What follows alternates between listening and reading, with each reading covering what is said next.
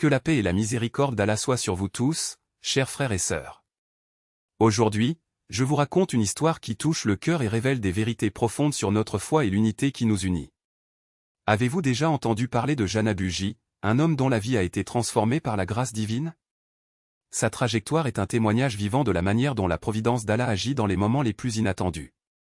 Imaginez un trésor caché, une richesse que beaucoup ignoraient, enfouie sous la simplicité d'une vie ordinaire. Telle est l'histoire de Janabu J, un homme dont la foi l'a amené à découvrir quelque chose d'extraordinaire. Dans un petit village où les gens vivaient avec peu, il trouva une fortune qui ne se mesurait pas en or, mais en bénédiction. C'était comme si Allah lui-même lui avait réservé un cadeau spécial, quelque chose qui allait changer non seulement sa vie, mais celle de toute la communauté. Et quel était ce trésor? Il ne s'agissait pas de pièces de monnaie ou de bijoux, mais de quelque chose de bien plus précieux, la conscience que nous sommes tous frères, peu importe d'où nous venons. Janabu J a compris que les frontières entre l'Inde et le Pakistan, tracées par l'histoire, ne devaient pas diviser le cœur des fidèles. Il a compris qu'au-delà de toute division politique, nous sommes tous des serviteurs d'Allah, unis par la même foi et le même dessein. Saviez-vous que dans de nombreux villages le long de la frontière, les gens partageaient bien plus que la terre? Ils ont partagé leur vie, leurs traditions et surtout leur humanité. Janabu J l'a vu de ses propres yeux. Il a été témoin de la manière dont les familles des deux côtés s'entraident, de la manière dont les jeunes jouent ensemble et de la façon dont les différences se dissolvent face à une foi commune.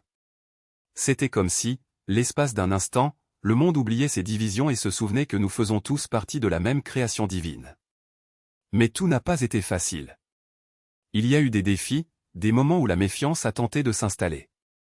Certains se demandaient s'il était possible de faire confiance à l'autre, si les différences n'étaient pas trop grandes. Cependant, le juge Janabu n'a pas abandonné. Il croyait qu'avec de la patience et de l'amour, les obstacles pouvaient être surmontés. Et c'était ainsi. Au fil du temps, les gens ont commencé à comprendre qu'il n'y avait aucune raison d'avoir peur, que l'unité était plus forte que n'importe quelle division. Et savez-vous ce qu'il a découvert d'autre?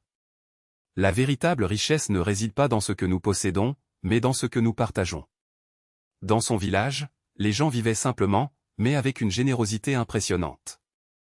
Ils cultivaient la terre, élevaient leurs animaux et partageaient le peu qu'ils possédaient avec ceux qui en avaient besoin. C'était comme si chaque geste de gentillesse était une graine plantée qui porterait un jour des fruits pour toute la communauté. Janabu J nous enseigne également l'importance de la prière.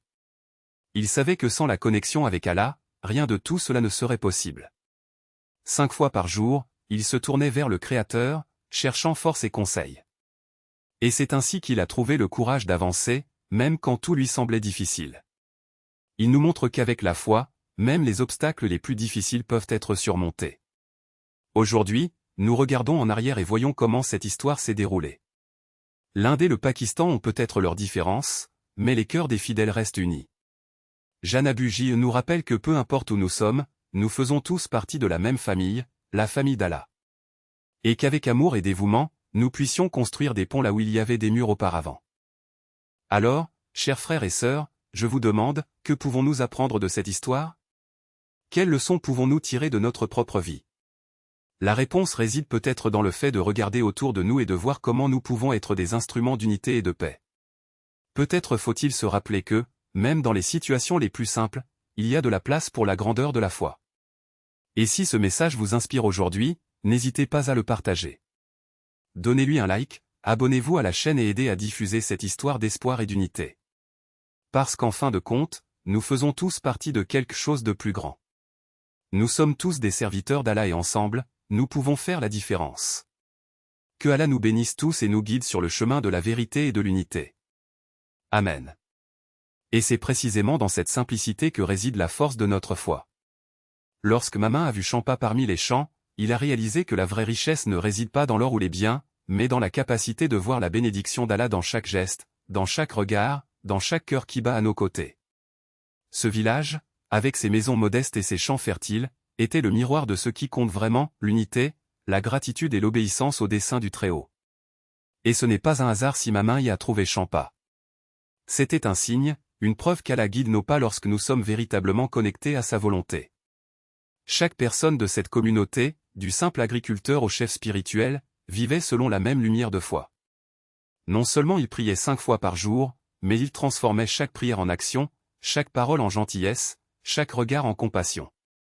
Il n'y avait ni doute ni hésitation, car ils savaient que la force de leur croyance résidait dans la pratique constante, dans l'amour des autres et dans la soumission totale à la volonté divine. Et lorsque ma main est rentrée chez lui, emportant avec lui les leçons de ce village, il a réalisé que le véritable changement commençait en nous.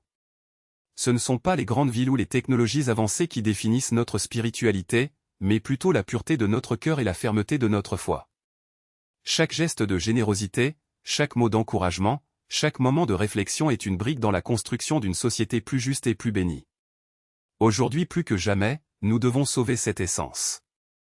Dans un monde où les réseaux sociaux nous distraient souvent avec des superficialités, où les mensonges se propagent plus vite que la vérité, c'est à nous d'être des phares de lumière. Il ne suffit pas de partager un beau message, nous devons le vivre, l'incarner dans chaque acte de notre vie quotidienne. Que nos messages ne soient pas de simples paroles vides de sens, mais le reflet d'une foi vivante et active. Et si ce message a touché votre cœur, ne le laissez pas rester ici. Partagez, commentez, identifiez ceux qui ont besoin d'entendre ces mots. Abonnez-vous à la chaîne, activez la cloche pour ne manquer aucun contenu et surtout faites entrer cette lumière dans votre vie. Parce que lorsque nous nous réunissons dans la foi et dans un but précis, il n'y a aucun défi que nous ne puissions surmonter. Que Allah nous accorde la sagesse, la patience et la force d'être les instruments de sa volonté. Qu'il nous guide sur le chemin de la vérité, de la justice et de l'amour. Amen.